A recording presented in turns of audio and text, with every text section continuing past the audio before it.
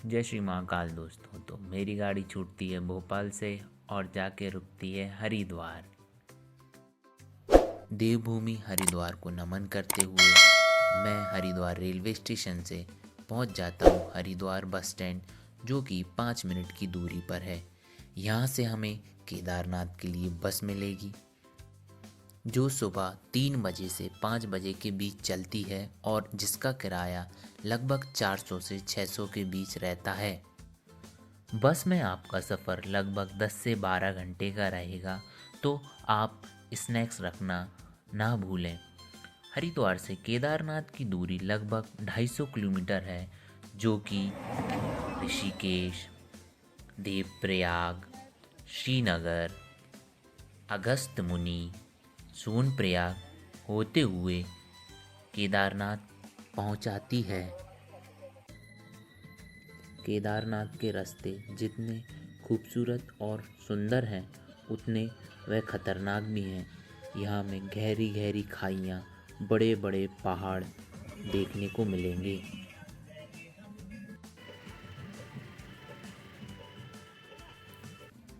केदारनाथ की पूरी जर्नी में ये नदियाँ हमारा साथ नहीं छोड़ती और बाबा हमारा हाथ। बाबा का कुछ प्यार इस प्रकार है, जिसके लिए हम शाम और शहर बेकरार थे। हम बेखुदी में खो गए, जा रहे केदार थे। लब पे आया नाम, बुला लिया उसने, एक दौर से जिसके लिए हम तैयार थे। जय श्री कृष्णा दोस्तों। तो यहाँ देखिए पत्थर गिर रहे हैं, वो वहाँ पे कुछ पत्थर गिर रहे हैं, ये देखिए आप।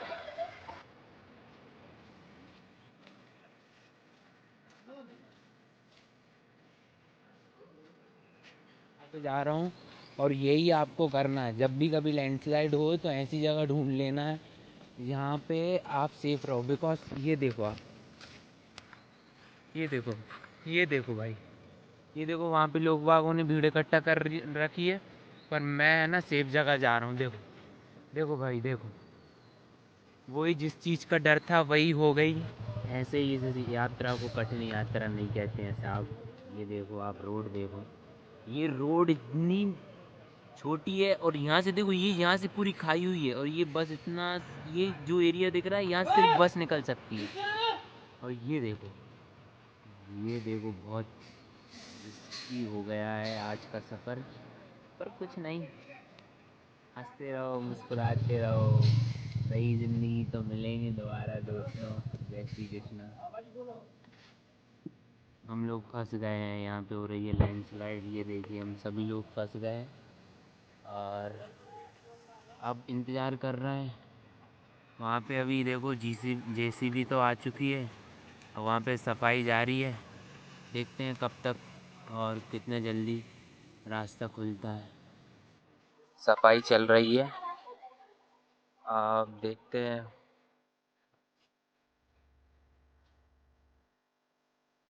जय श्री महाकाल। तो भैया हमारी लैंडस्लाइड हो गई है, एकदम स्लाइड सब साफ हो गया है। अब हम जा रहे हैं, पहली गाड़ी हमारी है देखो। और नहीं आप हमारी गाड़ी में। अच्छा हम चलो भैया।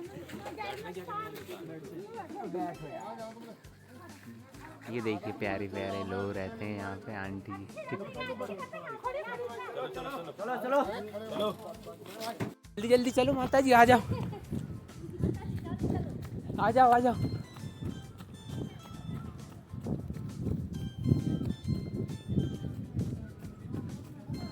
बोलो जय श्री महाकाल, जय श्री महाकाल, जल्दी आ जाओ।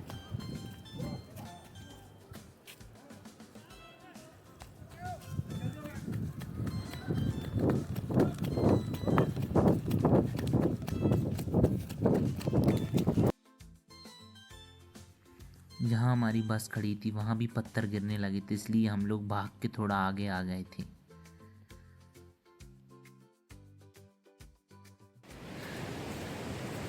जय श्री कृष्णा दोस्तों, जय श्री महाकाल। तो फाइनली मैं सोनप्रयाग आ गया हूँ। अब यहाँ से गौरीकुंड से 14 या 18 किलोमीटर की, लगभग 14 से 18 के बीच में चढ़ाई करनी। आफ्टर दैट ब्रह्मांड के स्वामी के दर्शन होंगे। ये देखो भाई साहब। सोनप्रयाग से गौरीकुंड हमें कार से जाना होता है, जो कि 5 से 6 किलोमीटर की दूरी पर है, जिसका रेंट 50 से 60 रुपये होता है।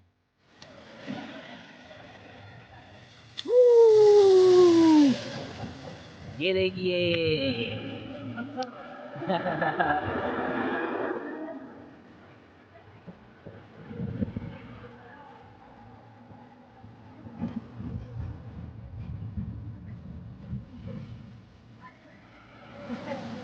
गौरीकुंड पहुंचकर मैंने अपना सामान डोरमेट्री में रखकर गौरीकुंड में स्नान कर कर अपनी यात्रा कर दी है प्रारंभ। आप रूम भी ले सकते हैं। अगर आप पैदल नहीं चल सकते तो गौरीकुंड से ही आपको बग्गी, खच्चर, घोड़े आदि मिल जाएंगे। जय श्री कृष्णा दोस्तों, जय श्री महाकाल। देखो ये आ गया हूँ मैं। ये है वाटरफॉल। ऐसे बहुत सारे वाटरफॉल आपको यहाँ पूरे रास्ते में मिलेंगे। यहाँ की दुनिया हमारी दुनिया से बहुत अलग है। मेरी खुशी का कोई ठिकाना नहीं था, और यहाँ की एनर्जी, यहाँ का ऑरा जो है, उसके बारे में कोई ना लिख सकता ना बता सकता। वो वहाँ वहीं जाकर आप फील कर सकते हैं। जब भी मुझे लगता था मैं थोड़ा थक गया हूँ तो इन पहाड़ों को देख के री एनर्जाइज हो जाता था। ये देखो, ये लोग यहाँ से आते हैं। ये ऑक्सीजन चेक पॉइंट है, यहाँ पे आप ऑक्सीजन चेक करा सकते हैं। और यहाँ हमें जाना है। मेरा मन कर रहा था कि इन पहाड़ों को, इन हवाओं को, इन वादियों को कैद कर लूं बार बार। यहाँ के लोगों का जीवन जितना खूबसूरत है उतना ही कठिन भी है। जैसे यहाँ की प्रकृति, यहाँ की सुंदरता और यहाँ के नज़ारे जितने खूबसूरत हैं उतने ही खतरनाक भी हैं।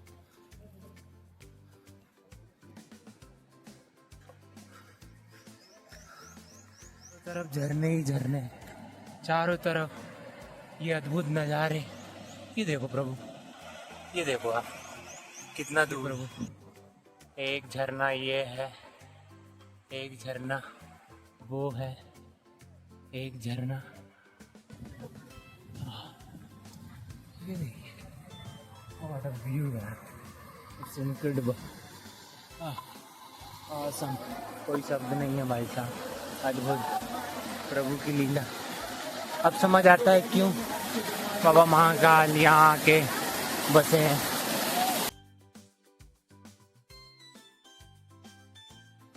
कोई कितना भी कैद करना चाहे इस यात्रा को मोबाइल में, कैमरे में, बट ये यात्रा मोबाइल कैमरे में कैद होने वाली यात्रा नहीं है। ये यात्रा तो एक अनुभव करने वाली यात्रा है, जहाँ आप थोड़ा चलेंगे, फिर थकेंगे, फिर बैठेंगे, फिर इन पहाड़ों को निहारेंगे, फिर ईश्वर को याद करेंगे।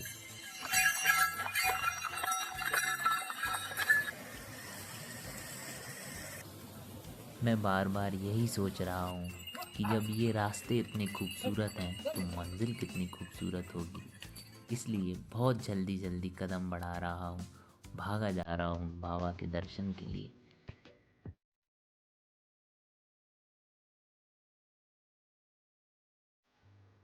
जैसे कि आप देख सकते हैं, मेरी खुशी का कोई ठिकाना नहीं, और बाबा मिल गया तो मैं किसी को बताना नहीं।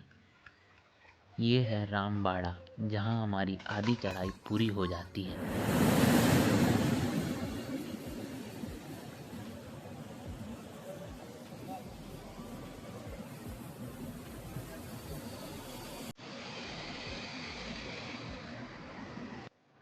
रामबाड़ा में लगभग हमारी चढ़ाई आधी कंप्लीट हो जाती है, बट रामबाड़ा के बाद जो चढ़ाई होती है वह थोड़ी कठिन होती है।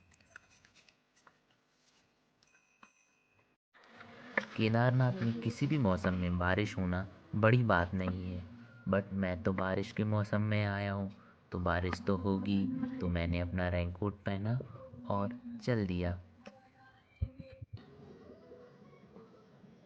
और वहाँ पे उस लाइट के पीछे जो लाइट है वहाँ पहुँचना है। अभी भी कम से कम 2.5 किलोमीटर दूर है उसके पीछे। देखिए अंधेरा है अभी। आप मेरी आवाज़ से अंदाज़ा लगा सकते हैं कि मैं कितना थक गया हूँ, बट मेरी मंजिल मुझे थकने नहीं दे रही है और मेरे कदम रुकने नहीं दे रही है। लगभग 1 बजे मैंने चढ़ाई स्टार्ट की थी और रात के 9 बज गए हैं। 1 किलोमीटर और बचे हैं बस। आराम जी।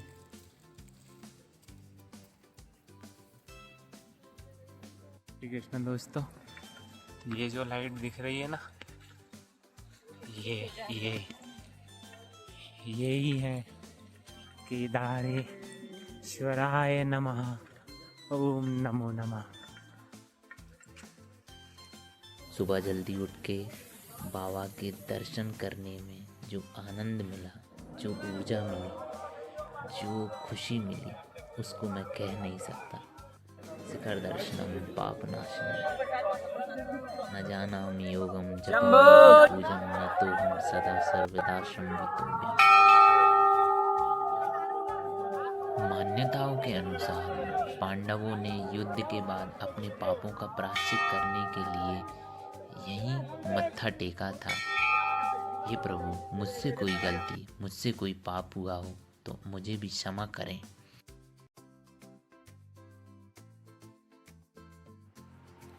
मेरी खुशी का कोई ठिकाना नहीं। एक पल के लिए तो ऐसा लग रहा था जैसे कि मैं कोई सपना देख रहा हूँ।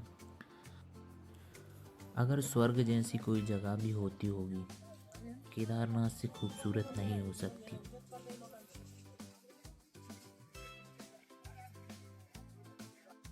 केदारनाथ धाम पहुंचने के बाद मेरी खुशी का कोई ठिकाना नहीं था। मैं चारों ओर इधर उधर भाग रहा, मंदिर को चारों तरफ से देख रहा, निहार रहा और मन में एक ही बात कह रहा, करालम महाकाल कालम कृपालम गुणागार संसार पारम न तो हम। मेरे बाबा महाकाल की बहुत कृपा है, बहुत आनंद। जय श्री महाकाल।